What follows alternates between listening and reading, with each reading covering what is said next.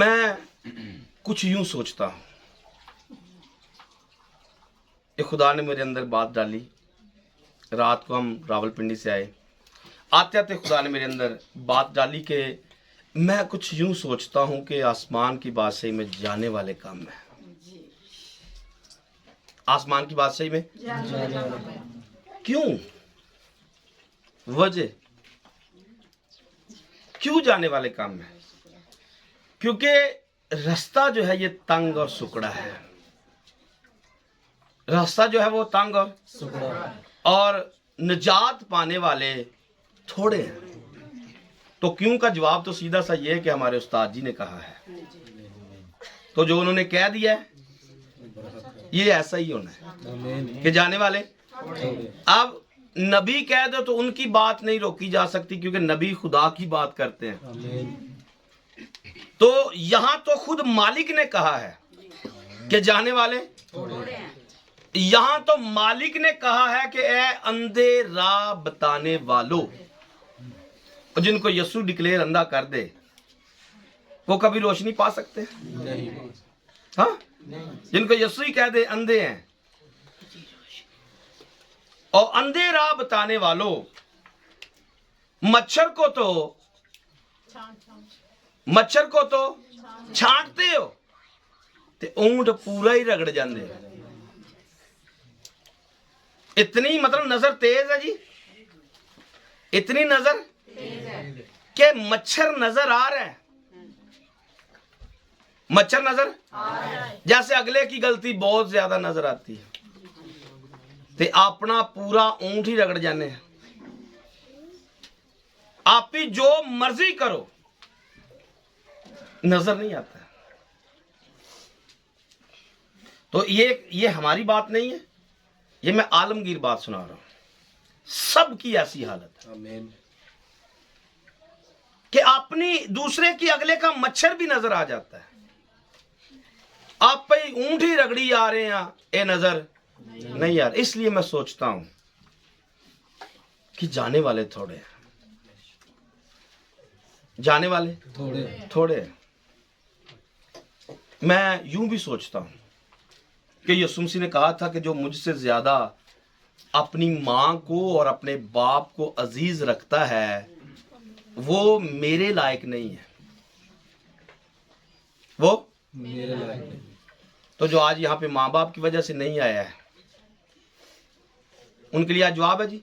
आमीन। उनके लिए आज जवाब है। अगली बात, जो अपनी बेटी और बेटे को मुझसे ज्यादा अजीज रखता है वो मेरे लायक, ये भी फारिग है।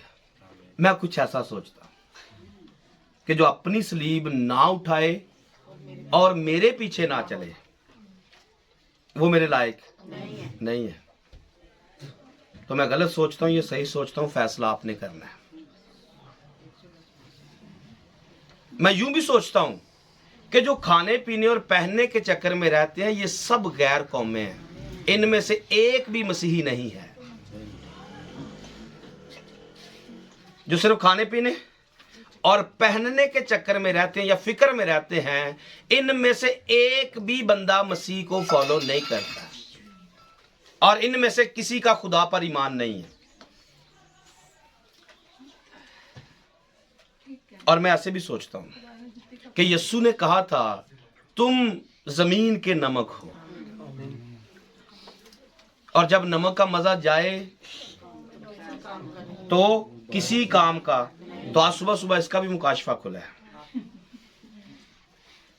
चने हम खा रहे थे तो पहली नवाले को मैंने अंदर किया तो मिर्चें बहुत ज्यादा थी। तो एल्डर साहब ने साथ कहा कि जब नमक का मजा जाता रहे, तो उसी वक्त मेरे अंदर बात खुली, तब मिर्चें निकलती हैं। जब नमक का मजा ना आए तो फिर मिर्चें लगती हैं। आज जिंदगियों में मिर्चें ही लग रही हैं, नमक के अंदर नहीं है।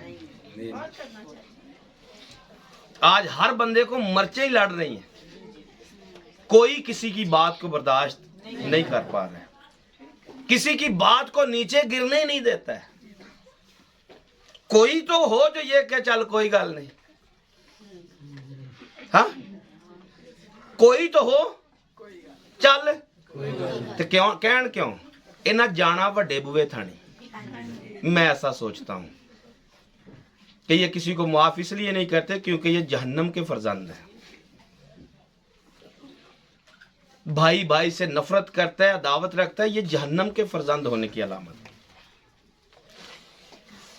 मैं ऐसा भी सोचता हूं कि उस्ताद जी कह रहे थे कि तुम दुनिया के नूर हो, और जो शहर पहाड़ पर बसता है वो छुप नहीं सकता है। तो अपने आप को हम सब इन बातों में जरा तोल कर देख सकते हैं कि क्या ये बातें मेरे अंदर हैं। अगर नहीं है तो आज से आपने ये सोचना शुरू करना है जैसे मैं सोच रहा हूं कि आप आसमान की बादशाही में जा नहीं सकते। फिर बयान कर दिया गया जिस्म के काम तो जाहिर है। आप जिस्म के काम तो क्या क्या, हराम कारी, नापाकी, शहवत परस्ती, बुत परस्ती, जादूगिरी, अदावतें, झगड़ा, हसद, गुस्सा, तफिरके, जुदाइयां, बुग़्ज़, बिदतें, नाच रंग